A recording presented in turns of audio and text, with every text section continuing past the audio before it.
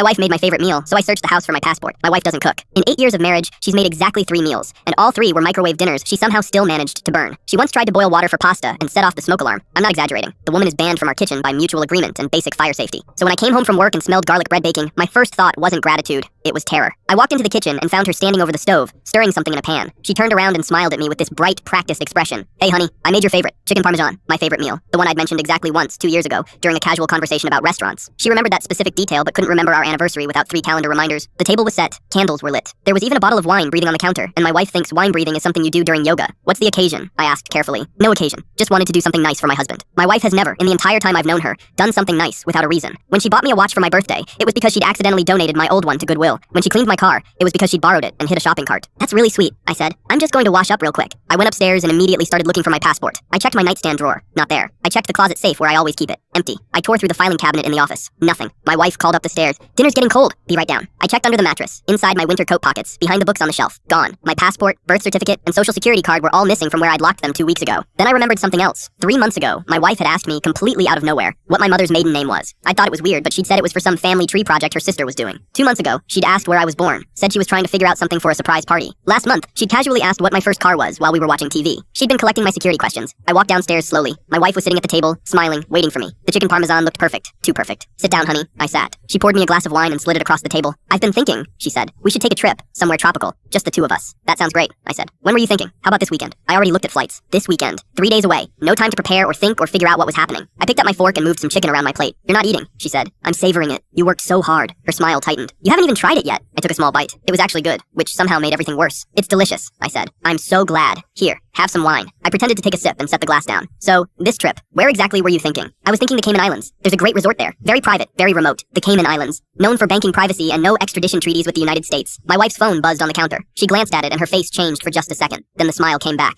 Just my sister, she said. My wife's sister died 4 years ago. I stood up. I need to use the bathroom. I pulled out my phone and called my best friend Marcus. He works in finance. I need you to check if there's been any activity on my bank accounts in the last 48 hours. Why? What's going on? Just check, please. I heard typing, then silence. Buddy, Marcus said slowly. There's a transfer pending. $50,000. Scheduled to clear tomorrow morning. Going to an account in the Cayman Islands. My entire body went cold. I'm calling the police, Marcus said. I hung up and walked back to the kitchen. My wife was still sitting there smiling. What's your sister's name? I asked. She blinked. What? Your sister. The one who just texted you. What's her name? Jennifer. Why? My wife's sister's name was Amanda. The doorbell rang. My wife's face went white. She ran for the back door, but the officers caught her before she made it outside. They found everything in her car. My documents, a burner phone, and a one-way ticket to Grand Cayman in her name only. The bank transfer had been set up 3 weeks ago. The man she was texting wasn't her sister. It was her boyfriend. The same one who taught her how to cook chicken parmesan. She'd wanted me relaxed and unsuspicious enough to drink the wine. The police took that glass as evidence. Now she's facing wire fraud, identity theft, and conspiracy charges. And I'm facing the fact that I married someone who'd rather poison me than just ask for a divorce.